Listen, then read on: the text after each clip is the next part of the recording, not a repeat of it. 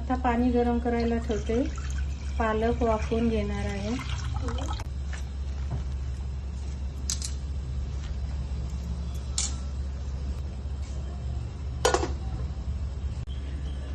पालक वाफवायला ठेवलेले आता ही बाजू पलटी मारून घेते.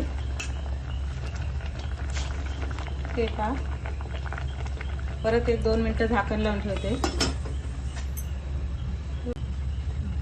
हे बघा पालक खूप छान आता वाफलेला आहे.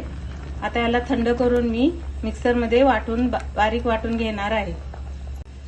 पालक आता थंड झालेला आहे. आता याला मिक्सरच्या भांड्यामध्ये टाकून बारीक वाटून घेते.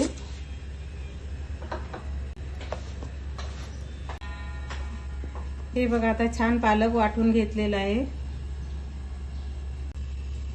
पालक शंकरपाळी बनवण्यासाठी त्याचे साहित्य: गव्हाचे पीठ 1 वाटी, 2 चमचा बेसन, 2 चमचे रवा, अर्धा चमचा मीठ, जिरे अर्धा चमचा, ओवा अर्धा चमचा, लाल तिखट 1 चमचा. 1 वाटी गव्हाचं पीठ, 2 चमचे बेसन, 2 चमचे रवा, 1 चमचा जिरे, 1 चमचा ओवा घेऊन हातावर क्रश करून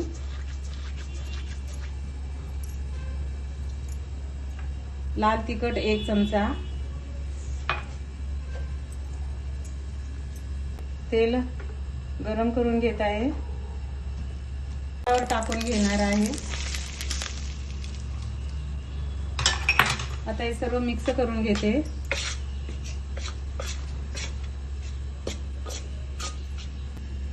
हे आता पीठ सर्व मिक्स करून घेत आहे. हे बघा पिठाचा असा गोळा होतोय.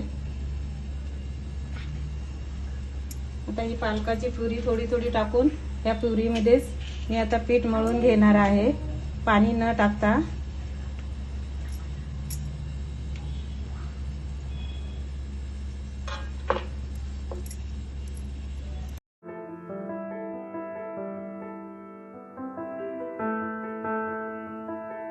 पालकाची ग्रेव्ही टाकून पीठ छान मळून घेतलेलं आहे. हे बघा गोळा असा छान झालेला आहे आता तयार. त्याला 10 मिनिटं मी झाकून ठेवणार आहे आणि नंतर शंकरपाळी बनवणार आहे. आता कढई गॅसवर गरम करायला ठेवत आहे. त्याच्यामध्ये तेल टाकून गरम करायला ठेवणार आहे आणि इकडे शंकरपाळी लाटणार आहे.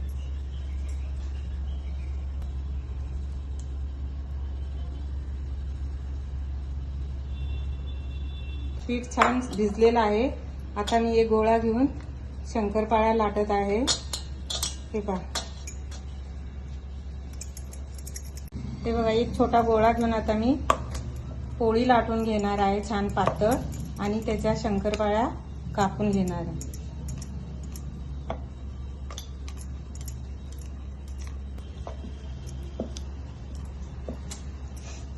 हे बघा आता ही पोळी लाटून झालेली आहे, एवढी पातळ आहे बघा.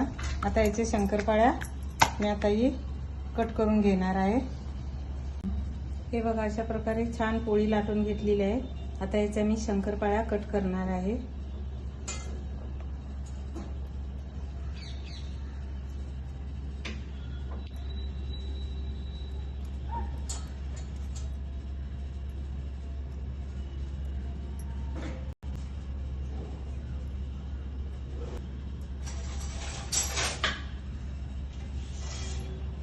हे बघा छान अशा पातळ आहेत, त्या कट करून घेणार. लहान मुलं पण खूप आवडीने खातात, मोठी माणसं पण खातात. कुठे गावी जायचं असेल किंवा मुलांना शाळेच्या डब्याला देण्यासाठी. आजकाल मुलं पालक वगैरे खात नाहीत. तेल छान आता गरम झालेलं आहे. हे बघा शंकरपाळी तेलामध्ये सोडत आहे.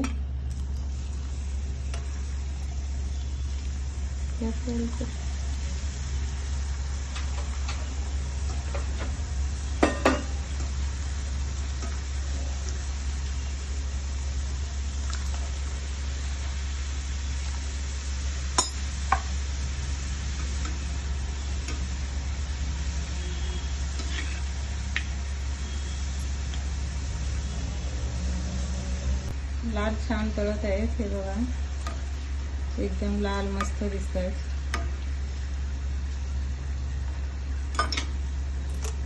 हे बघा, आता मी या काढून घेत आहे.